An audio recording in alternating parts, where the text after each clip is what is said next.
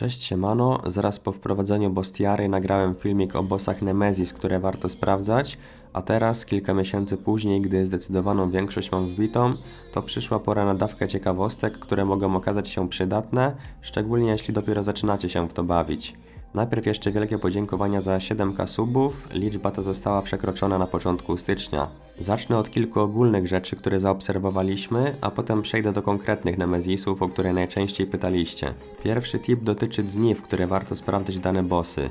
Jeżeli sugerujecie się na przykład stroną Tibia Bosses, to pamiętajcie, że update tej strony następuje obecnie o 3:50, więc jeżeli ubijecie bossa po tej godzinie, czy nawet chyba po 2:00 w nocy, to te bossy nie wyświetlą się od razu na stronie, tylko dzień później o 3:50. Dlatego bossy, które ubiliście późno w nocy albo przed SS-em, to przy następnym ich respie należy sprawdzać je dzień przed początkiem high chance'u.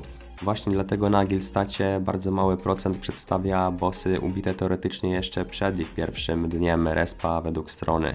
Pewnie zdarzyło Wam się, że minął czas respa takich bossów rajdowych jak na przykład Zulazy czy nawet dużo ważniejszych bossów. Jeżeli tak, to dajcie znać. Moim zdaniem dzieje się to wtedy, gdy następuje jakiś dodatkowy zapis serwera w ciągu dnia, w którym dany raid miał wystąpić, bo być może ich resp jest losowany właśnie podczas zapisu serwera, oczywiście w czasie high chance'u. Tak samo jak w przypadku World Change'ów, gdzie na przykład o 10 jest otwarty Fury Gate, a gdy na przykład o 12 wejdzie dodatkowy zapis, to już może być zamknięty. Ale to tylko moja teoria, że jest to tak powiązane. A jeżeli chodzi o Nemesisy, to nie zaobserwowaliśmy, żeby taki SS zepsuł nam jakiegoś z nich, przynajmniej na przykładzie bossów, które stoją dłużej, jak na przykład te napoi, bo gdy były regularnie sprawdzane, to zawsze się pojawiały. No chyba, że boss zrespi się tuż przed takim dodatkowym SS-em, dlatego wtedy lepiej sprawdzić te najważniejsze bossy. Kolejna rzecz to to, że ostatniego dnia high chance'u bossy mogą pojawić się zaraz po SS-ie lub niedługo przed nim. Wtedy godzina jest wyjątkowo nieprzewidywalna. Na przykład boss napoi powinien pojawić się max 21 dnia, ale ten 21 dzień trwa aż do następnego SS-a, więc równie dobrze może pojawić się następnego dnia nad ranem przed SS-em, czyli w teorii już 22 dnia. Ogólnie słabe bossy Nemesis, których jest mnóstwo, bardzo szybko znikają.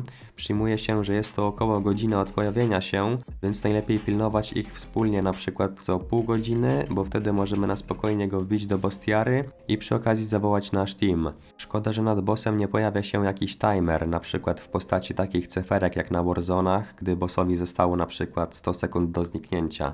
Jeżeli chodzi o bossy z reward containerem, jak na przykład Zushuka czy Welter, to skupcie się nie tylko na zadaniu obrażeń, ale także na ich przyjęciu oraz na leczeniu. Jeżeli dacie się obić bossowi, stojąc mu na przykład na wave'ie, to bez problemu powinno Wam zaliczyć takiego bossa. Gdy znajdziecie jakiegoś Nemesisa, który ma bardzo mało HP i czekacie na team, to zawsze zadajcie mu przynajmniej jednego hita z różdżki z uwagi na, nazwijmy to, boss snajperów, żeby nie było sytuacji, że nawet Wam tego bossa nie zaliczy. Teraz o kilku konkretnych bossach, a potem odpowiem na Wasze pytania. Zaczniemy od Barbarii, bo tutaj pojawiały się wątpliwości co do dokładnego miejsca jej respa.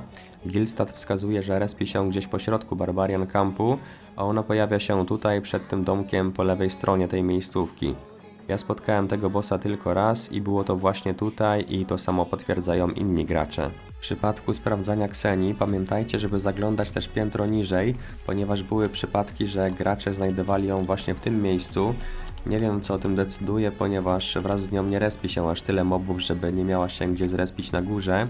Ale są screeny właśnie, które udowadniają, że jest to możliwe, więc zawsze lepiej sprawdzić też na dole. Jeżeli chodzi o Ruzada, to respi się on piętro nad tą skrzynią, czyli dokładnie w tym miejscu.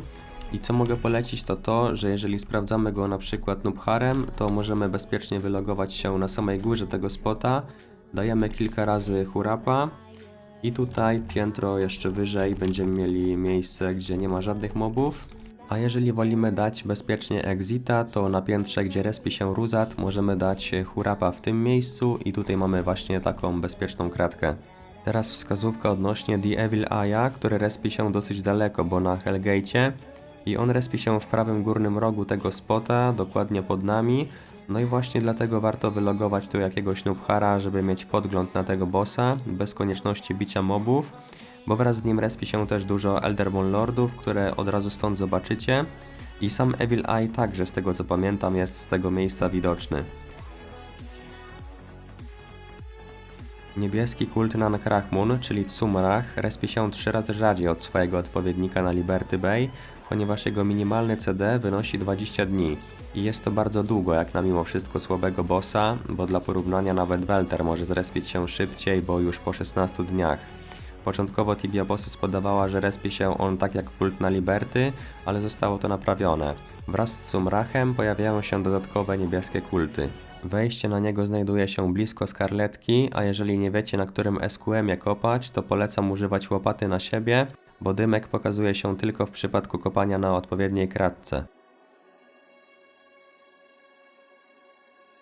Jeżeli chodzi o bossy na Zao, to pewnie widzieliście już tego shortsa. Mówiłem w nim, że te bossy, które mają więcej niż jedno miejsce respa, czyli właściwie wszystkie oprócz Hatebreedera, wcale nie muszą się zrespić podczas najazdu mobów w miejscu ich respa, dlatego często widzimy tam dodatkowe moby, mając wrażenie, że boss pufnął. I ogólnie dlatego, że te bossy mają 2 miejsca respa, to ich statystyki są trochę pomieszane. Niektórzy pytali, gdzie jest drugi resp Dreadmawa i zapytałem obecnego top 2 Bostiary na Celeście, który stwierdził, że oba spoty znajdują się przy jeziorku z Killer Kaimanami. I pamiętajcie, że Voice of Ruin może zrespić się także obok Ghastly Dragonów, więc warto zaglądać też na północ respa Chosenów. A teraz przejdźmy do waszych pytań. Gdzie respi się Barbaria, to już pokazałem, a co do poi bossów to mniej więcej pół na pół. Dużo spotykałem w dzień i równie dużo w nocy, ale ogólnie jeżeli sprawdziłeś te bossy o 5 lub 6 rano, to o 7 lub 8 nie ma sensu już ich sprawdzać, ponieważ nigdy nie znalazłem poi bossa o 7, sprawdzając go wcześniej jakoś po 5. Jeżeli znajdziesz tam bossa o 7 albo o 8, to tylko dlatego, że pewnie zrespił się na przykład o 4 rano. A co do Hatebreedera, to zależy jak często go sprawdzasz, bo niestety większość Nemezisów stoi prawdopodobnie około godziny. Także niestety trzeba mieć farta albo sprawdzać je praktycznie cały czas. Jak często sprawdzam Nemezisy? Jak jestem przy kompie, to robię krótki obieg co godzinę albo co 2, w zależności jak duża jest szansa na danego bossa i czy któryś dawno nie był przez kogoś innego sprawdzany. A w nocy jak mniej ludzi sprawdza, to robię dłuższy obieg. A czy sugeruje się high chance'em? Jak najbardziej. Takie strony bardzo ułatwiają zabawę, mając na uwadze to, co mówiłem na początku filmiku. A jeszcze co do guild statu, to tutaj gdy wybierzemy sobie bossy na danym serwerze, to po dwukrotnym kliknięciu na possibility lista wysokiej szansy ładnie nam się segreguje, ale oczywiście te z kilkuprocentową szansą też warto sprawdzać, nawet gdy mają pierwszy dzień, żeby ich nie ominąć. Które z kult i high bossów warto bić solo? Jak już to tylko właśnie tego False Goda chyba da się bić na takim 500 plus levelu, ale nigdy nie biłem go solo, więc musisz spróbować, a reszta z tych bossów no to tylko i wyłącznie w teamie. Jakie bossy robią puff, a które wyświetlają się do zabicia? Musiałem to kilka razy przeczytać, żeby zrozumieć, ale okej, generalnie to każdy boss znaleziony na mapie prędzej czy później znika. Ile punktów w Bostiary warto wbić jako takie minimum? Na pewno warto mieć przynajmniej 100% bonusu na taki dobry początek, ale mimo wszystko ten bonus działa bardzo dziwnie i nieprzewidywalnie, więc może rzeczywiście oddaję, ale w długim terminie. Ja mam teraz 180% z bossem odblokowanym na full i nie widzę jakiejś dużej różnicy w porównaniu z tym, jak miałem tych punktów mniej. Ale teraz przynajmniej poprawili ten napis boss bonus, że wyświetla się tylko gdy doprowadził on do jakiegoś dropu. Jaki minimalny level, żeby myśleć już o bossach? Na około 200 levelu możesz zacząć te 5 bossów na Edron i Kormai, bo tutaj z czasem wejdzie Ci 500 boss pointów, do tego jakieś eventowe, z World Change'a czy rajdowe, jak na przykład Bibi, Raxias, Zomba, Willy Wasp, bo z nimi niski level sobie poradzi. Na 250 możesz próbować te na Verlionach czy Skarletkę, a takie Thaisy czy Goldy to minimum 300 level by się przydał. No a jakieś słabe Nemezisy to zawsze można sprawdzać, tylko na niskim levelu przeszkodą jest wolne bieganie po mapie. Coś o bossach, które trzeba triggerować, czy Rapid na nie działa? Niestety tak jak w przypadku Faraonów, nie działa tutaj Rapid. Szanse są bardzo niewielkie, ale u nas zdarzało się, że w bardzo krótkim czasie ktoś zrespił 2, więc jest to bardzo losowe i niektórzy przypuszczają, że szansa jest tylko wtedy, albo zwiększa się podczas jakiegoś ukrytego mini World Change'u, bo niektórzy próbowali zrespić go przez tydzień lub dłużej bez powodzenia. Generalnie na tombie na Edron wystarczy wybijać wampira na samym końcu respa, a te na goldach to akurat Rapid może Ci pomóc znaleźć kratkę, którą wystarczy wybijać, bo moby na tej specjalnej kratce respią się dłużej, czyli jakieś 3-5 minut.